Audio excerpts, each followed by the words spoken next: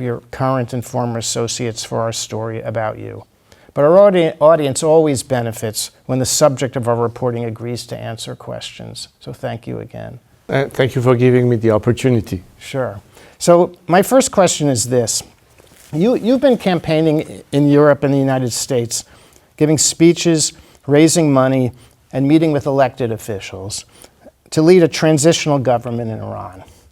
Yet the Trump administration does not seem to support you. So given all this, what is your route to return to Iran, and how soon do you think regime change can actually be achieved? This campaign started as a lifetime mission to liberate Iran 46 years ago. And it has never been about me. It's been about the Iranian people and their right to self-determination, which is exactly what this is all about. It is not for a foreign government to decide who or what should be the alternative for Iran. That's up to the Iranian people. I've never asked for any kind of endorsement from any leader or governments. My entire mission in life, and I've said it time and again, is to see to it that the people of Iran will have that chance in the future, which determines what's the function of transition post-regime collapse, so we can have a constitutional assembly to debate whatever final secular democratic form, of course, needs to take place, and let the people of Iran choose. But from where we're sitting today, when do you think regime change might occur? I think we are very close to it. And the reason I say this is because, first and foremost, the regime is at its weakest it's ever been since 47 years. Not to mention the fact that in terms of legitimacy, it has totally lost any remaining possible legitimacy it might have had, in the sense that many governments in all these 4 decades have always followed the method of appeasement with the hope for behavior change and somehow contribute to legitimizing the regime. Let me ask you about some of the statements you've made, though. You said in July 2024, you spoke to the National Conservatism Conference in Washington, and you said, quote, "My friends, we are not seeking your intervention." Then this year, in mid-February, you called on Washington to attack Iran, telling Reuters that, quote, "intervention is a way to save lives." And then once the war began, you told Fox News that, quote, "this is the game changer we've been waiting for all this time." So what caused your view on intervention to change between 2024 and 2026? January 8th and 9th. Okay. When you're dealing with that level of massacre, it changes the entire prospect of things. Until a long time I said, we don't need to have any intervention, let the Iranian people be empowered.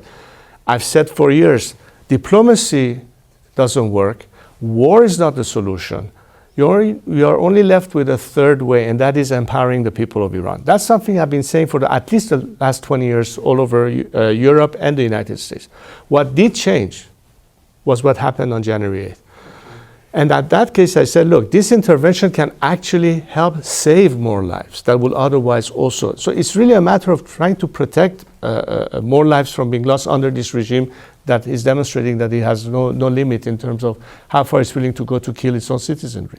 We interviewed a congressman who described you as articulate, humble, and presidential. But as I'm sure you're aware, you also have your critics. And I don't want to make you feel uncomfortable, but some people point out that you've never had a salaried job, that you lack critical leadership skills. Scott Anderson, author of King of Kings, The Iranian Revolution, said that you live in a kind of royalist bubble, and, quote, "everything I've always heard about him from people in the Iranian diaspora is that he's kind of a lightweight. And your main credential seems to be heredity. You were the son of the last Shah." So what is your response to this? I'm sure you've heard some of this before.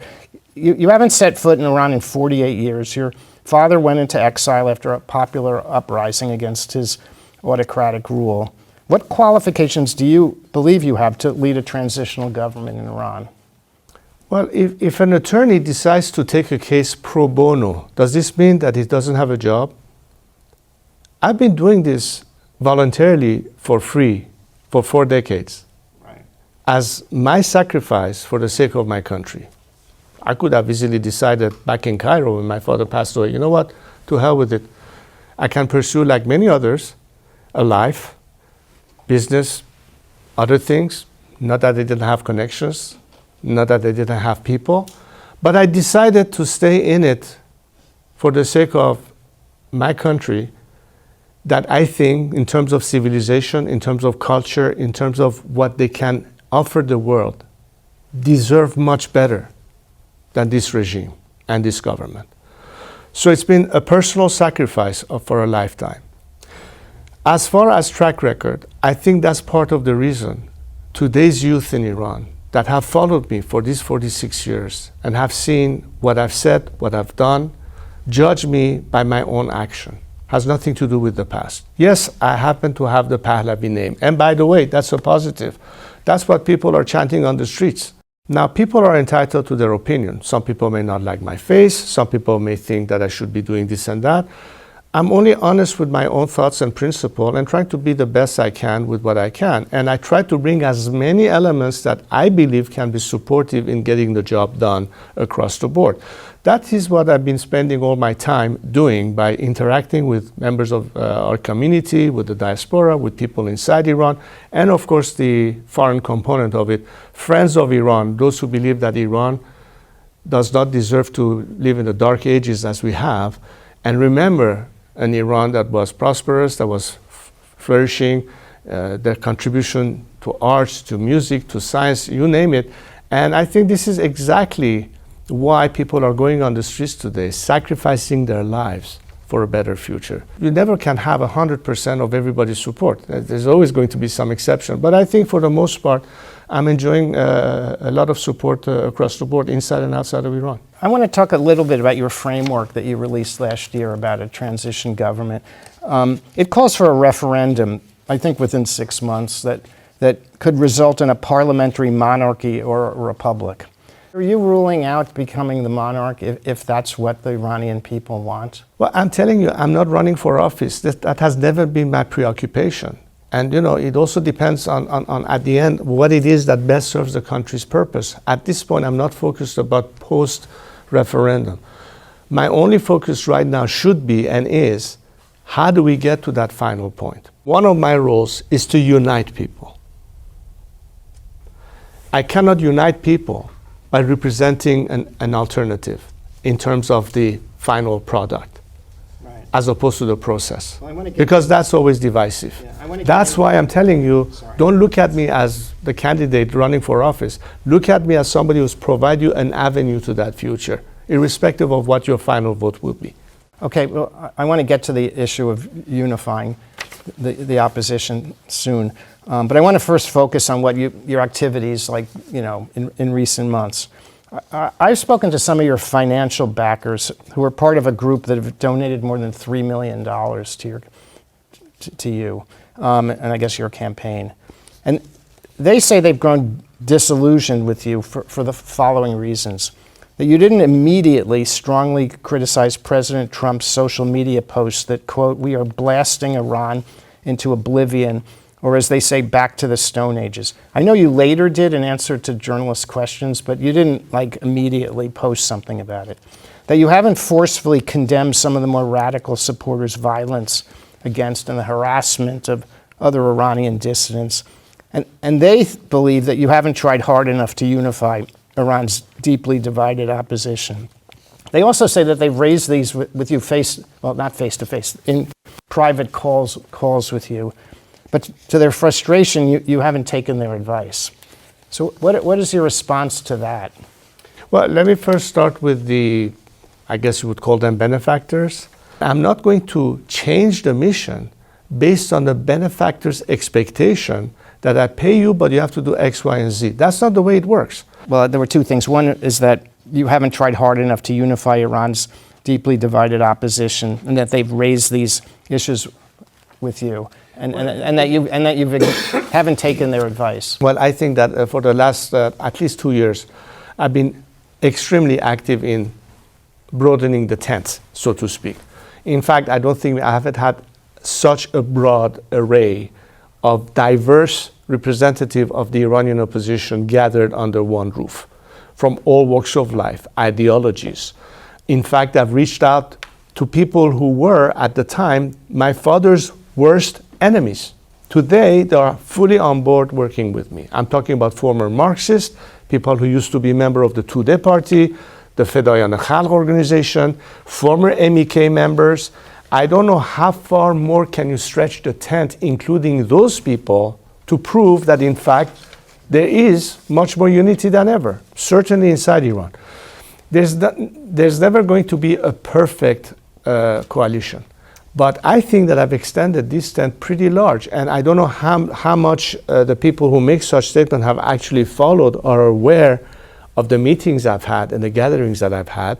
But I can assure you this has been my efforts all the time. So in the space of a few months earlier this year, self-identified supporters of yours beat up a Kurdish reporter in London, hospitalizing him, and intimidated restaurant owners in London and Vienna, demanding they display Iran's pre-revolution lion and sun flag.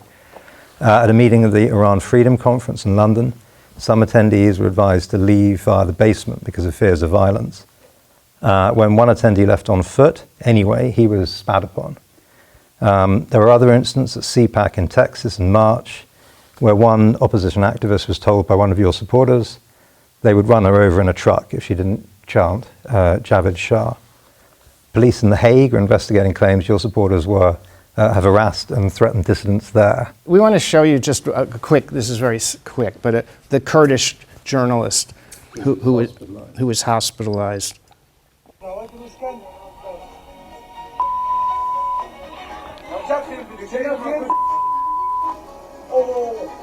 not standing around, are we? Come on, let's walk. What is your response to that? I believe in pluralism. I believe in tolerance. I believe in civility, in debate, in argument, in comportment, respect, and no hostility of any kind or no brutality of any kind. That goes for everyone. Anybody who claims to be my supporter has to understand that these are the guidelines. And anyone who would violate these guidelines, I don't consider a supporter, and I'll be the first to condemn that behavior. And if their behavior is criminal, that they will face the full penalty of the law in any country in which such violation has occurred. Let me be very clear about that. Mm-hmm. And finally, I would also say that don't forget that the regime has also a lot of plants, a lot of agents provocateurs, as the French will say, agitators, masquerading as supporters of this or that group to create, in fact, this kind of conflicts. These aren't isolated incidents. There's a pattern of behavior amongst your supporters, and it's violent. As I said, I condemn it. I distance myself from that. I don't justify it. I don't condone it. And in fact, I ask for whatever authority it is to have them face the crime they've committed. You cannot just go and start brutalizing people. It's well beyond just the ethics and the moral conduct of it, but it has implications. We have to be respectful. How could we possibly guarantee the Iranian people in the future they'll be protected under the law and there will be justice if they conduct themselves in this way and they want to be advocates of a future based on violence and retribution? Of course not. I want to ask you something I'm hoping you'll address. And this is a criticism that's also, again, from some of your financial backers, that you haven't tamped down on some of the harsh rhetoric of some of your closest advisors. So, one example, in January, Saeed Ghassaminejad, he posted this on X. You're either with Prince Reza Pahlavi or with the Islamic Republic. If you're weakening the field commander for any reason whatsoever, you're an agent of the enemy.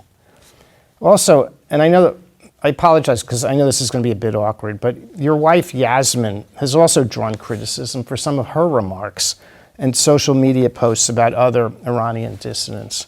She reposted on Instagram an image of an Iranian protester holding a sign reading, "Death to the three corrupts, mullahs, leftists, and mujahideen." I'm sure you've seen this.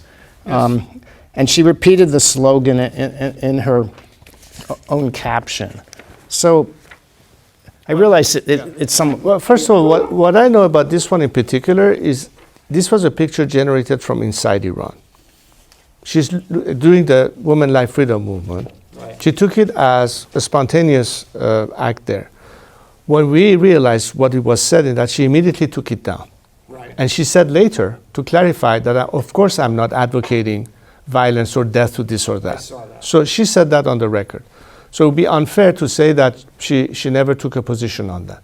As far as every single statement made by my team, we are certainly establishing a much stricter protocol now in terms of to what extent people who are closely associated with me have to be able to censor themselves, which is very unfair to begin with because it's a violation of free speech, but at the same time, you can no longer act independently. You have to be much more careful about what we said or not.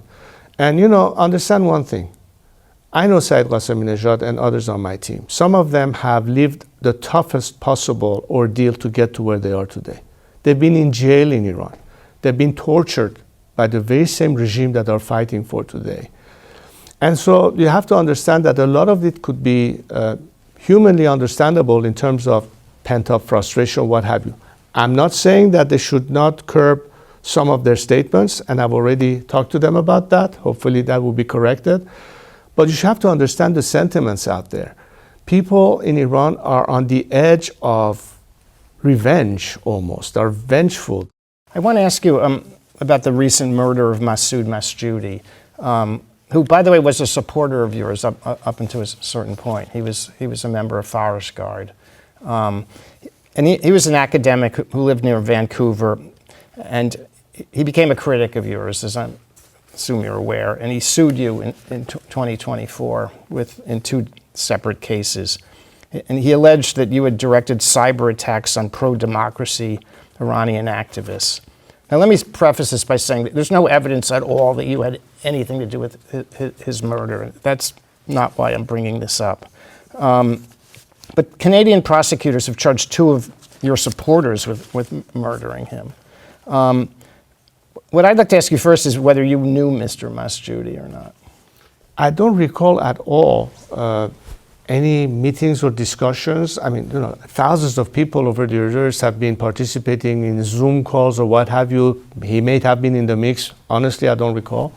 But that's not the point. The point is, this is tragic what has happened. And whoever was responsible for this murder ought to be facing a court of law and be judged for the crime they've committed.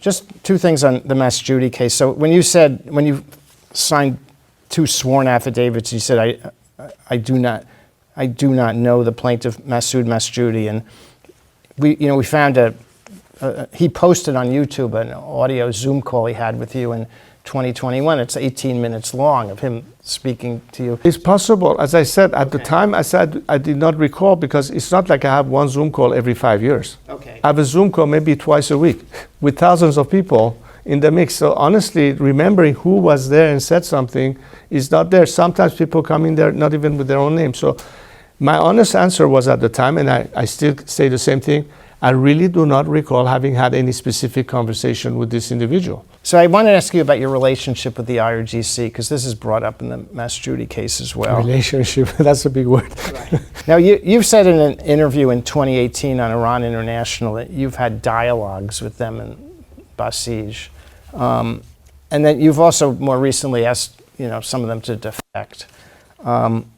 What exactly is your position on the IRGC? Right after the Green Movement and closer to the timeline where the Women Life Freedom Movement kicked in, I began receiving some, DMs in my social media by elements that say, I'm a Basiji in Mashhad, or I'm a member of the IRGC in such and such country. We hate this regime. We're not with them. We're looking for an opportunity to break away, blah, blah, blah. It was really a casual. And when I said to the media that I'm in touch with elements like that, it was in that context. It's not like, in fact, talking to the IRGC command, not at all. But there were elements of the Basij, of the Sepah, of course the military as well, that would communicate with me, discreetly, and obviously as a sign that, this is what the deal is.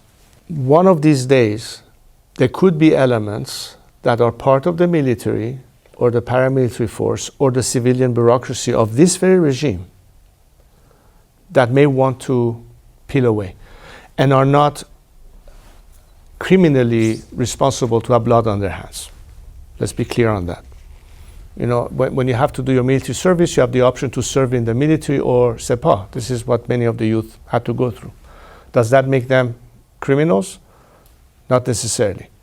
And to detach the bulk of them from the top corrupt leadership that are directly implicated with those atrocities and that violence and that repression, you have to be able to detach the same thing. When you look at the Second World War, and at the end of the Second World War, you had the Nuremberg trials, right? You prosecuted the top leaders of the Third Reich. But I don't think that it was meant to go after every single soldier that served in the German army. In the same sense, and especially when you look further at what happened in Iraq after de-Baathification, and part of the reason why regime change has gotten a bad name in the West. Why was it? Because it was so poorly implemented and executed in Afghanistan and particularly in Iraq, where the Republican Guards were sent home, half of them ended up becoming ISIS fighters. I didn't want that to be repeated in the case of Iran. But in Iran, So let me complete this and to give you the evolution of thinking. And I said, okay, so we need to make sure that there's always an exit strategy available, again stressing for those who are not responsible for murder or criminal behavior. That should be, even in the transitional justice, I think that's part of the thing we're going to look at. But then, Sepah started acting far more violently. Sepah started to become an actual instrument and an obstacle, not only against their own citizenry, the proxy wars extending all the way to the Western Hemisphere, at which point, and for at least the last 10 years, I've been one of the first advocates of proscribing the IRGC as a terrorist organization. For two reasons. Number one is, in fact, their behavior is nothing short of being terror at home and abroad. And as a means of our approach to my 5-point plan of action that includes maximum pressure on the regime, one of them is putting more pressure on the regime by proscribing the IRGC, which is the key element that holds this regime in place. And I've asked that, and I've campaigned for it for the past few years in Europe in particular. But even in recent months when I was in Britain, and I've asked the same question from former British prime ministers, why is it that your government has not proscribed the IRGC? And they gave their answer. But I've been a very strong advocate for putting IRGC on the list. Why? Because I thought that this is now a moment where they are no longer, they're an actual impediment and obstacle to our liberation. And for that reason, they have to be categorized as an element that is a menace, not just to our own citizenry, but are now an actual threat to foreign civilians, British citizens, German citizens, Swedish citizens, journalists, members of the LGBT community, the Jewish community, so on and so forth. So to be clear, you think there are elements within the IRGC that can be rehabilitated? If you've been directly responsible for calling for people to be massacred and murdered, that's an unforgivable crime. What the penalty is, that's not for me to decide. That's for the future judicial system and whatever is the law of the land at the time. What is the punishment for that kind of behavior? But at the same time, what I'm saying is that there are various degrees of culpability. There have been reports, they're kind of anonymous, that you've received funding from Israel and Saudi Arabia. Is that true? Absolutely false. I have not been a recipient of any governmental or public fund on the outside. Every dime that comes to my campaign comes from private donations of supporters. Okay. Hopefully we'll have more benefactors that give us bigger checks. Unless there's something else that we haven't brought up that you'd like to address.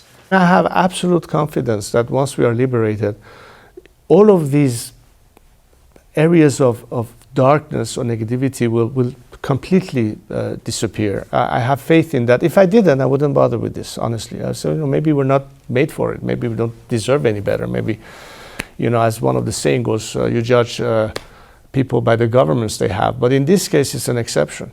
Iran was occupied by a regime that from day one waged war against us as a nation.